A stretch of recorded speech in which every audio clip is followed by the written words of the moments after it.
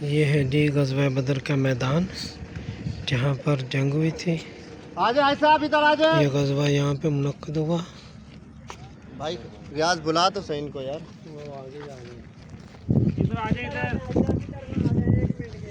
ادھر آ جائے پہلے یہ وہ سارا ایریا ہے جہاں پر صحابہ کرام نے مکہ مکرمہ سے آئے ہوئے کفار کو شکست دی۔ سبحان اللہ۔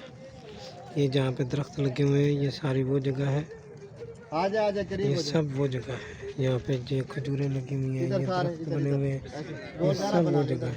مرد ادھر آ جا، عورتیں ویسے ادھر کھڑی ہیں، ٹھیک ہے جی ماشاء اللہ۔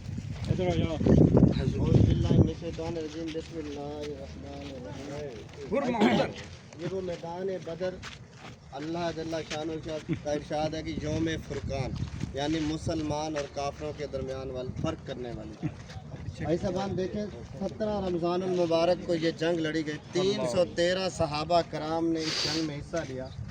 سب سے پہلے آپ یہ سمجھیں غزوہ بدر، غزوہ اس جنگ کو کہتے ہیں جس میں اللہ کے نبی صلی اللہ علیہ وسلم نے خود شرکت فرمائی۔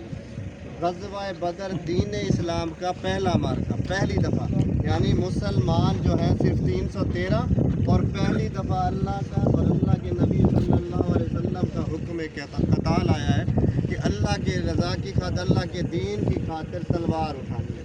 بھائی صاحب کیا ہی ایمان والے لوگ تھے، کیا ہی تقوی والے لوگ تھے، اتنا لمبا سفر جو ہم لوگوں نے بس میں کیا اور تھک گئے، اللہ کے نبی صلی اللہ علیہ وسلم اور صحابہ کرام یہ سفر پیدل اور تھک کر کے اس مقام پر پہنچے، اور روزے کی حالت میں ہے اور شدید گرمی کا دن ہے۔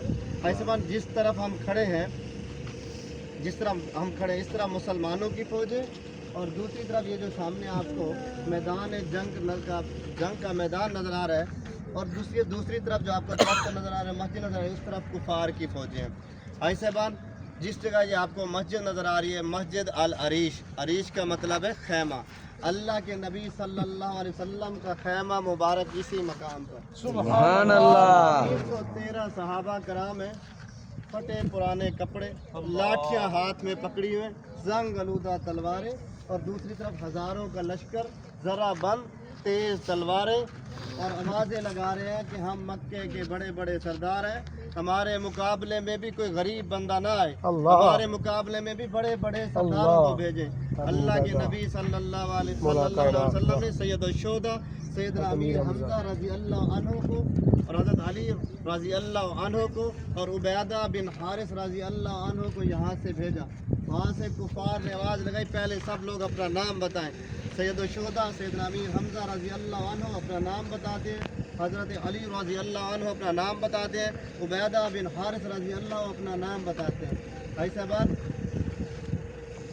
حضرت امیر حمزہ رضی اللہ عنہ نے ایک ہی بار میں اس کافر کو قتل کیا، حضرت علی رضی اللہ عنہ نے بھی ایک ہی بار میں اس کافر کو قتل کیا، سیدنا عبیدہ بن حارث رضی اللہ عنہ نے بھی اس کافر کو قتل کیا، اس بدبخت کو، لیکن وہ خود اس میں زخمی ہو گئے۔ بعد میں انہی زخموں کی وجہ سے یہاں سے فتح بدر کے بعد جاتے ہوئے راستے میں وادی الحمرا میں شہید ہو گئے، اور وہیں پر آرام فرما رہے ہیں۔ ان 14 شہداء میں سے ایک وہاں آرام فرما رہے ہیں، 13 کے پاس ہم ابھی سلام پیش کر کے آئے ہیں۔ ایسے بات جنگ سے پہلے اللہ کے نبی صلی اللہ علیہ وسلم نے ایک چھڑی ہاتھ میں لی، اسی میدان جنگ میں، کہ دیکھیے یہ وہی میدان ہے، اس میں کوئی تبدیلی نہیں ہوئی، کچھ چند پودے اگے ہیں ختم ہو گئے، پھر نئے پودے آئے ہیں وہ ختم ہو گئے، میدان وہی ہے۔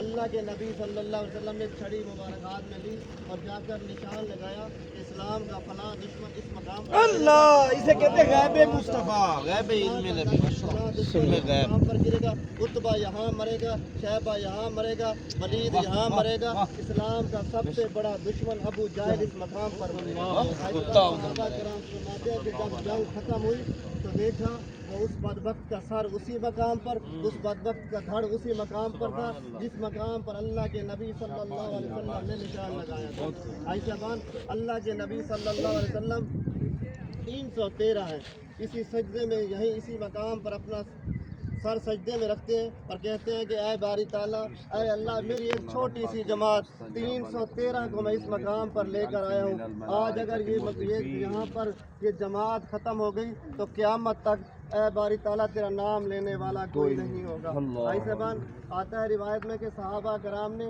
ایک تیز رفتار گھوڑا اس مقام پر کھڑا کیا.